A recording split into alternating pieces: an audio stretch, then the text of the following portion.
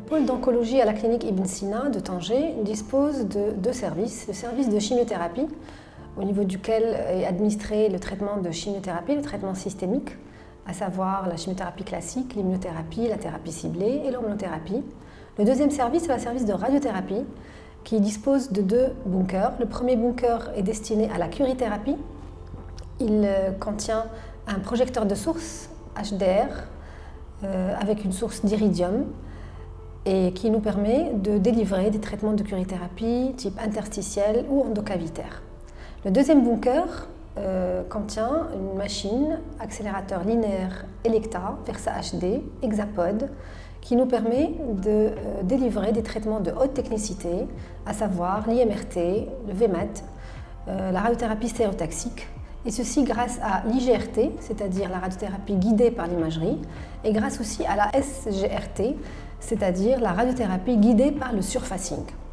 On dispose également d'un scanner de simulation, un scanner dosimétrique 4D Big Bore de la marque Philips, auquel on a ajouté un système de repositionnement par surfacing, le Catalyst de CERAD.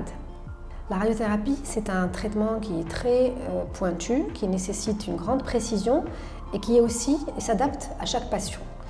Le déroulement du traitement se fait à travers plusieurs étapes. Et l'étape la plus importante, c'est ce qu'on appelle la simulation ou le scanner dosimétrique. Donc la première étape consiste à prendre des images scanographiques millimétriques de la zone cible, c'est-à-dire la zone où se situe la tumeur. Cet examen se fait dans une position particulière, une position qui doit être confortable pour le patient et qui doit être aussi reproductible au niveau à chaque séance. Toutes les séances de traitement doivent être, cette position doit être respectée et reproductible. Et pour cela, nous aidons tout d'abord des lasers au niveau de la salle de dosimétrie qui nous permettent de déterminer 3 points sur le patient et qui seront donc à chaque fois vérifiés. Il y a aussi les moyens de contention, à savoir en fonction de la localisation. Ça peut être des masques thermoformés pour les cancers ORL. Ça peut être aussi des supports comme le support thoracique pour les tumeurs au niveau thoracique ou des supports aussi des cales au niveau des genoux et au niveau des pieds pour un meilleur confort des patients. Donc afin d'assurer une très bonne qualité de traitement et une grande précision, le service de radiothérapie s'est doté d'un système de repositionnement qui se base sur le surfacing. Donc, pendant la réalisation du scanner dosimétrique, la salle de dosimétrie du scanner dispose aussi de caméras sentinelles qui permettent de scanner la surface du patient et ces données sont envoyées avec les images scanographiques par la suite au niveau de la salle de dosimétrie pour la réalisation des plans de traitement. Donc l'implantation de ce système de surfacing a nécessité un travail supplémentaire qui a impliqué bien sûr toute l'équipe du service de radiothérapie, à savoir les médecins, les physiciens ainsi que les manipulateurs. Et on a été tous très motivés et il y a eu bien sûr des formations pendant l'installation et aussi une formation dans l'utilisation de façon optimale. La deuxième partie du traitement, dans le déroulement du traitement, consiste à ce qu'on appelle le contourage. C'est la détermination et la définition des volumes de la tumeur, donc de la cible, qui bien sûr il est facilité par l'imagerie qu'a réalisé le patient au préalable, à savoir un scanner, une IRM ou un PET scanner.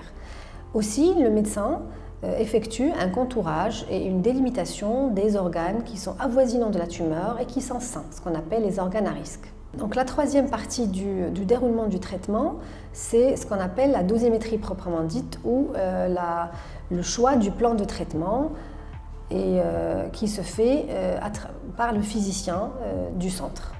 La quatrième partie, c'est la validation de ce plan de traitement qui se fait en concertation avec le médecin et le physicien. Et enfin, la dernière partie, c'est le traitement proprement dit. Pendant cette première séance, ce qu'on appelle la séance de mise en place, donc on informe le patient du déroulement de la séance, on l'informe aussi des informations concernant le plan de traitement, l'intérêt de ce traitement et les effets secondaires du traitement.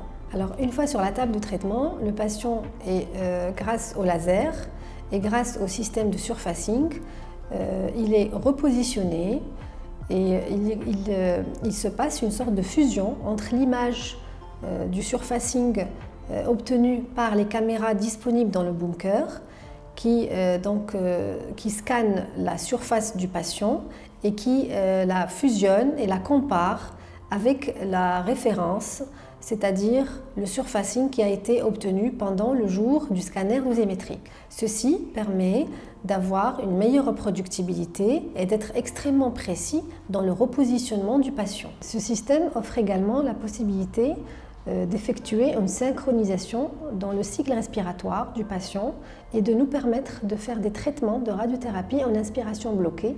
Ceci est très utile pour les tumeurs du sein gauche par exemple, qui nous permet, grâce à ce système, de protéger le cœur. Dernier point, ce système dispose aussi d'un module qui permet aux patients de suivre selon un modèle visuel, c'est-à-dire à travers des lunettes, de suivre le cycle respiratoire et de participer activement dans ce traitement avec l'inspiration bloquée. Grâce à ce système catalyste, on peut effectuer un arrêt pendant le traitement en intrafraction quand le positionnement et quand le cycle respiratoire n'est pas optimal. Les nouvelles techniques d'irradiation, ce sont des techniques de pointe de radiothérapie et qui nécessiteraient des systèmes de contrôle pointus afin de nous assurer que le traitement se fait dans des conditions optimales.